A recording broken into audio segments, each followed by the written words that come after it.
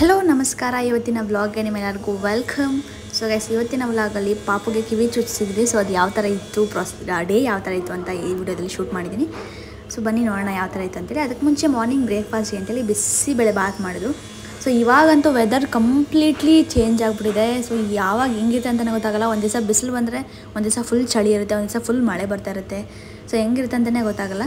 ಇನ್ನು ಪಾಪುನ ಗುಂಡು ಹೊಡೆದ್ಮೇಲೆ ಒಂದು ಸ್ವಲ್ಪ ಕೂದಲು ಬಂದಿದೆ, ನೋಡ್ಬೋದು ನೀವು. ಚೂರು ಆಲ್ಮೋಸ್ಟ್ 2 ವೀಕ್ಸ್ ಆಯಿತು. ಸೊ ಹಂಗಾಗಿ ಬಂದಿದೆ. ನಾನು ಡೈಲಿ ಅವಳಿಗೆ ಹರಳೆಣ್ಣೆ ಬಿಸಿ ಮಾಡಿ ಹಚ್ತೀನಿ. ಅಂದರೆ ಸ್ವಲ್ಪ ಉಗುರು ಬೆಚ್ಚಗೆ ಮಾಡಿ ಅದು ನಚ್ಚಾಗಿರೋ ಥರ ಹಚ್ತೀನಿ. ಸೊ ನಾವು ಇಲ್ಲಿ ಗನ್ ಶಾಟ್ ಮಾಡ್ಸೋಣ ಅಂತಲೇ, ನಮ್ಮ ಕಡೆ ಅಲ್ಲಿ ಗುಂಡು ಹೊಡೆದ ಥರ ಚುಚ್ಚಲ್ಲ, ಅದಕ್ಕೋಸ್ಕರ ಇಲ್ಲಿ ಗನ್ ಶಾಟ್ ಮಾಡ್ಸೋಣ ಅಂತೇಳಿ ಇಲ್ಲಿ ಆನೇಕಲ್ಲಲ್ಲಿ ಹೀರಾ ಜ್ಯುವೆಲರ್ಸ್ ಅಂತ ಇದೆ, ಅಲ್ಲಿ ಗನ್ ಶಾಟ್ ಮಾಡ್ತಾರೆ. ಸೊ ಅಲ್ಲಿ ಕರ್ಕೊಬಂದಿದ್ವಿ. ತುಂಬ ಜನ ಏನಪ್ಪ ಅಂದರೆ ಮೋಡಿ ಕೊಟ್ಟಿದ್ದ ದಿವಸನೇ ಅಲ್ಲಿ ಅವ್ರಿಗೆ ಕಿವಿ ಚುಚ್ಚಿಬಿಡ್ತಾರೆ. ಬಟ್ ಅಲ್ಲಿ ನಮ್ಮದು ಮೇಲ್ಕೋಟೆಯಲ್ಲಿ ಅಲ್ಲಿ ಯಾರೂ ಕಿವಿ ಚುಚ್ಚೋದು ಇರಲಿಲ್ಲ. ಅದಕ್ಕೋಸ್ಕರ ಇಲ್ಲಿ ಬಂದ ಮೇಲೆ ನಾವು ಇಲ್ಲಿ ನೋಡಿ ಇಲ್ಲೆಲ್ಲ ತೊಗೊಂಡು ಆಮೇಲೆ ಕಿವಿ ಚುಚ್ಚೋಣ ಅಂತ ಅಂದ್ಕೊಂಡಿದ್ವಿ. ಸೊ ಆ್ಯಕ್ಚುಲಿ ನನಗೆ ಈ ಸತ್ಯ ಗೊತ್ತೇ ಇರಲಿಲ್ಲ. ಏನಪ್ಪ ಅಂದರೆ ಗನ್ ಶಾಟ್ ಮಾಡಿದ ದಿವಸನೇ ನಾವು ಗೋಲ್ಡ್ ಇಯರಿಂಗ್ ಹಾಕೋಂಗಿಲ್ಲ ಅಂತ ಗೊತ್ತಿರಲಿಲ್ಲ. ಬಿಕಾಸ್ ನನಗೇನಪ್ಪ ಅಂತಂದರೆ ಅದು ಈ ಆಚಾರ್ಯ ಹತ್ರ ಕರ್ಕೊಂಡೋಗಿ ಕಿವಿ ಚುಚ್ಚೋದೆಲ್ಲ ಇಷ್ಟ ಇರಲಿಲ್ಲ. ಬಿಕಾಸ್ ಅದು ಸಿಕ್ಕಾಪಟ್ಟೆ ಪೇಯ್ನ್ ಆಗುತ್ತೆ.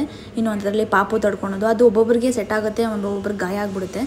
ಹಂಗಾಗಿ ನಾನು ಅದು ಬೇಡ, ಗನ್ ಶಾಟೇ ಮಾಡಿಸ್ಬೇಡ, ಈಸಿ, ಅದು ಸೇಫಾಗಿರುತ್ತೆ ಮಕ್ಕಳಿಗೆ, ಆಮೇಲೆ ಗಾಯನೂ ಆಗೋಲ್ಲ, ಬೇಗ ರಿಕವರಿ ಆಗ್ತಾರೆ ಅಂಥೇಳಿ ನಾನು ಗನ್ ಶಾಟ್ಗೆ ಚೂಸ್ ಮಾಡಿದೆ. ಅದಾದಮೇಲೆ ನನಗೆ ಗೊತ್ತಿರಲಿಲ್ಲ ಏನಪ್ಪ ಅಂದರೆ ಹೇಳಿದ್ನಲ್ಲ, ಓಲೆ ಚಿನ್ನದ ಇಡೋಂಗಿಲ್ಲ, ಅವರೇ ಒಂದು ಓಲೆ ಕೊಡ್ತಾರೆ ಅಂತ ನಂಗೆ ಗೊತ್ತೇ ಇರಲಿಲ್ಲ.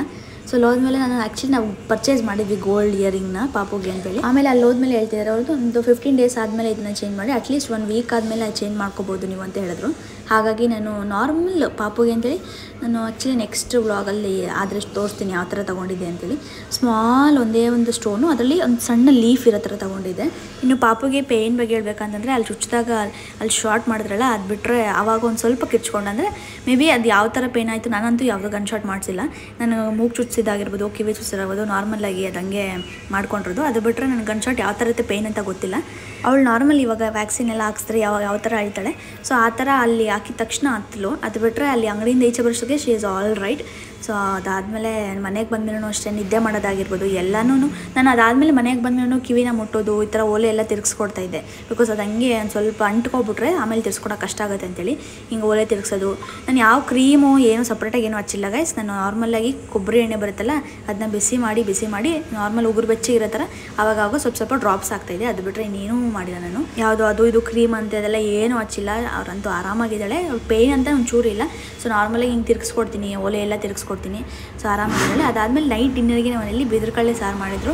ಸೊ ಯಾರಿಗೆ ಗೊತ್ತಿದೆಯೋ ಇಲ್ಲ ಗೊತ್ತಿಲ್ಲ, ಬಟ್ ನಮ್ಮ ಫ್ರೆಂಡ್ಸ್ಗಳು ತುಂಬ ಜನಕ್ಕೆ ಗೊತ್ತಿಲ್ಲ ಅಂತಂದರು. ಅದಕ್ಕೋಸ್ಕರ ವಿಡಿಯೋಲಿ ಹಂಗೆ ಶೂಟ್ ಮಾಡಿ ತೋರಿಸ್ತಾ ಇದ್ದೀನಿ. ಸೊ ಈ ಥರ ಇರುತ್ತೆ. ಅದು ಹಾಲು ಸಾರು ಮಾಡ್ತಾರೆ, ಸಿಕ್ಕಾಪಟ್ಟೆ ಟೇಸ್ಟ್ ಆಗಿರುತ್ತೆ. ಇದಂತೂ ನಾನು ಮೋಸ್ಟ್ ಫೇವ್ರೇಟ್ ಸಾರು ಆ್ಯಕ್ಚುಲಿ. ಬಟ್ ಸಿಕ್ಕಾಪಟ್ಟೆ ಹೀಟ್ ಇದು ಅಂತಾರೆ, ಬಟ್ ಟೇಸ್ಟ್ ಮಾತ್ರ ಅಮೇಝಿಂಗ್ ಆಗಿರುತ್ತೆ. ನನಗೆ ಒಂಥರ ಈ ಸಾಂಬಾರು ಫೇವ್ರೇಟು. ಸೊ ಇದನ್ನು ಅಟ್ಲೀಸ್ಟ್ ಇಯರ್ಲಿ ಒನ್ಸ್ ತಿಂದರೆ ನಮ್ಮ ಹೊಟ್ಟೆಯಲ್ಲಿರೋ ಕಲ್ಲು ಅದು ಇದು ಎಲ್ಲ ಕ್ಲೀನ್ ಮಾಡುತ್ತೆ ಅಂತ ಹೇಳ್ತಾರೆ. ಸೊ ನೀವು ಯಾರಾದರೂ ತಿಂದಿದ್ದೀರಾ ಏನು ಅಂತ ಗೊತ್ತಿದ್ರೆ ಕಮೆಂಟ್ ಸೆಕ್ಷನ್ ಶೇರ್ ಮಾಡ್ಕೊಳ್ಳಿ. ಸೊ ಇವತ್ತಿನ ಒಂದು ಪುಟಾಣಿ ಬ್ಲಾಗ್ ನಿಮ್ಮೆಲ್ಲರಿಗೂ ಇಷ್ಟ ಆಗಿದೆ ಅಂದ್ಕೊಂಡಿದ್ದೀನಿ. ಮತ್ತೆ ಸಿಗವಲ್ತೆ. Stay tune, take care, lots of love. Thanks for watching. Bye.